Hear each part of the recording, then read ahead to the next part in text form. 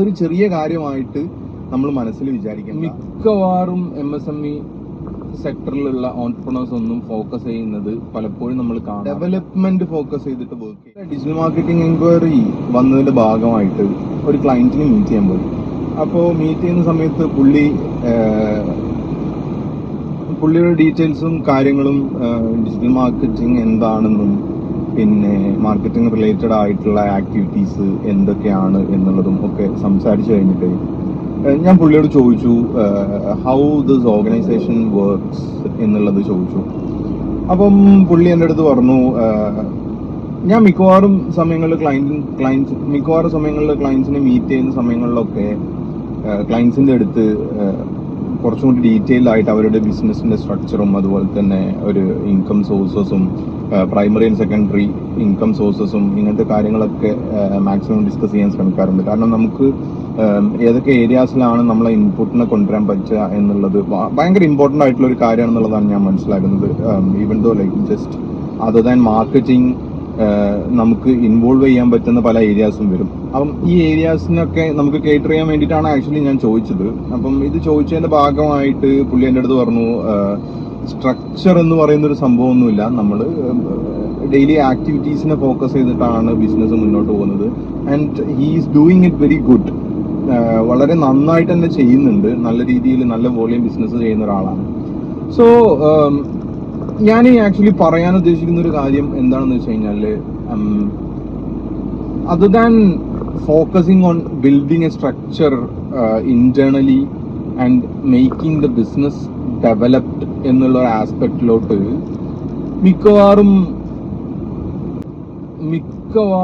MSME സെക്ടറിലുള്ള entrepreneurs ഒന്നും focus ചെയ്യുന്നത് പലപ്പോഴും നമ്മൾ കാണാറില്ല. കാരണം അവർക്ക് ടൈമില്ല, ഒരു സിസ്റ്റം ബിൽഡ് ചെയ്യാൻ ടൈമില്ല, സിസ്റ്റം ക്രിയേറ്റ് ചെയ്തിട്ട് അതിനെ ഫോളോ അപ്പ് ചെയ്ത് റിവ്യൂ ചെയ്ത് കൊണ്ട് നടക്കാൻ ടൈമില്ല. സോ അവരോടാണ് ഞാൻ പറയുന്നത് like creating a proper organisational system will help you to save a lot of time. ഒരുപാട് സമയം നമുക്ക് സേവ് ചെയ്യാൻ പറ്റും. അതൊരു ചെറിയ കാര്യമായിട്ട് നമ്മൾ മനസ്സിൽ വിചാരിക്കേണ്ട. അല്ലെങ്കിൽ ഡെവലപ്മെന്റ് ഫോക്കസ് ചെയ്തിട്ട് വർക്ക് ചെയ്യുന്ന, അല്ലെങ്കിൽ എനിക്ക് എൻ്റെ ബിസിനസ്സിനെ വലിയ രീതിയിലേക്കുള്ള റീച്ചിലേക്ക് എത്തിക്കണം, ഗ്ലോബൽ റീച്ചിലേക്ക് എത്തിക്കണം, ആ ഒരു സെക്ടറിലൊക്കെ വർക്ക് ചെയ്യുന്ന ആളുകൾക്ക് പലപ്പോഴും അതിന് പറ്റാതിരിക്കാനുള്ള കാരണം എന്താന്ന് വെച്ച് കഴിഞ്ഞാൽ daily activities, day to day activities focus ചെയ്തിട്ട് അവർ കംപ്ലീറ്റ്ലി എൻഗേജ്ഡ് ആയിരിക്കും. അപ്പം ഇങ്ങനത്തെ ഒരു എൻഗേജ്മെന്റ് വരുന്ന സമയത്ത് നോർമലി സംഭവിക്കുന്നത് എന്താണെന്ന് വെച്ച് കഴിഞ്ഞാൽ ഡെവലപ്മെന്റ് അവിടെ നിന്ന് പോകും. സോ നിങ്ങൾക്ക് ഇനി ഒരു സിസ്റ്റം ഇന്റേണലി ക്രിയേറ്റ് ചെയ്യാൻ നിങ്ങൾക്ക് പറ്റുന്നില്ലെങ്കിൽ obviously you have to consult someone who is professionally engaged in these procedures.